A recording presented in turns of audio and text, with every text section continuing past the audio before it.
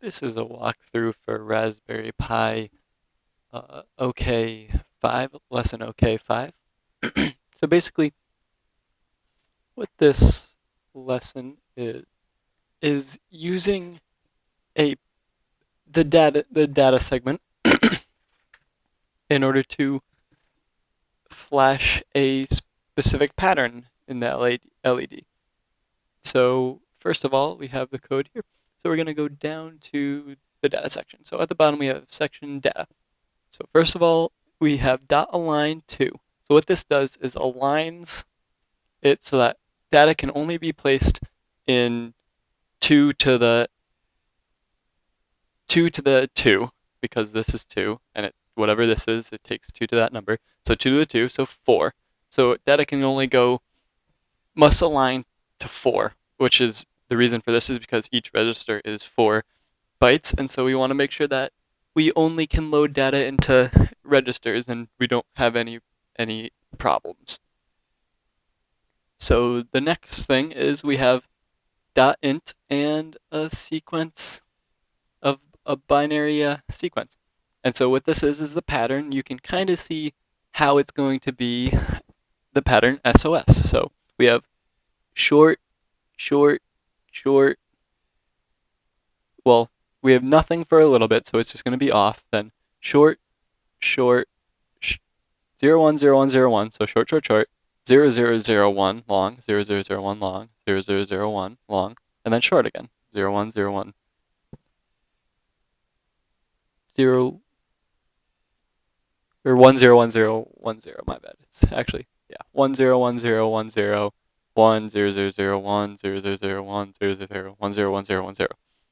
So now we come up, and this is actually, should have mentioned, this main is almost identical to the previous main, OK4. All of this stuff is the same. The text section, we branch to the main, we set the stack pointer. The difference is, nope, this is the same. Oh yeah, new. This is our new thing. So basically we could alias for R4, which is just one of our general purpose registers, and call it pattern, or PTRN actually. Oh, and this is a label, so we can see down here the data in the label pattern is this, and it will cause this to be output. So yep, we basically load into pattern our pattern sequence that we want. Then we have our sequence into R5, and what this is going to be is just going to be basically a counter. It's just going to let us know what position we are in the sequence in the pattern. So then we're going to move 0 into the sequence because we're at the beginning. We haven't moved through the sequence yet. Then we start our loop.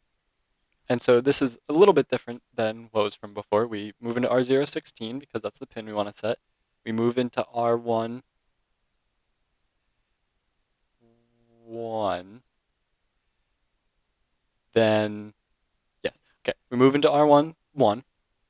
Then we logically shift left R1 by the sequence number. So it will be, for example, like if we're on the 0 sequence, we don't shift it at all. So it will just stay 1. And then we'll compare the pattern. So this pattern, so for example, 1 here we will do a binary and. So this will, basically what this is going to do is, if the pattern is a 0, oh no, what did I just do? Yeah, if the pattern is a 0, and R1 is, if both of these are 1, so if the sequence number we're on is a 1, and this R1 will always be a 1 because we're shifting it. Well, technically R1 will be, it's technically logically shifted 1 by our sequence number. So basically this will check and see if the number we're on in the pattern is a 1. And if it is a 1, it will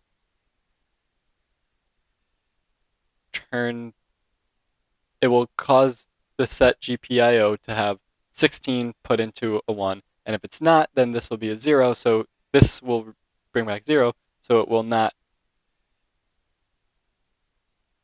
turn. Well, actually, I got that backwards because 0 is off. So if it will, same concept, but it will turn it on if it's a 0 or off if it's a 1. And then here we have our wait function, same thing, except we're using a shorter delay, so to actually be able to see the pattern blank out. We call our wait that was from before, same thing. And we then go down to here, and this is our other new thing. So we add to the sequence just 1, so we're just incrementing our sequence so that we can make our way through the pattern. And then we check if the sequence is equal to 1, 1, 1, 1, 1, 1. And this is the reason for this is because our pattern is 32 long. So once we get to the end of our pattern, we need to check and see if our sequence is equal to that. And then if it isn't, then we'll get a 0 back. We'll get. So basically, when the sequence gets to 32, its bit pattern will be 1 with, the answer is right here, actually. When it reaches 32, its bit pattern becomes this. So when you AND it with this, because this is 5 1s and this is 5 zeros with a 1 after it, these 5 1s and these 5 zeros will all return as 0, 0, 0, 0, 0. And that's just a 0. So it will go, the sequence will go back to 0 and start over. So this will basically just allow it to increment only through the pattern, and then the pattern will actually be able to repeat rather than just ending on whatever the last bit in the pattern was. And then we go back to our loop and we just do it all over again. And I've explained this already. And so that's how you can use this data section with the sequence in order to cause the LED to blink in a pattern that you want.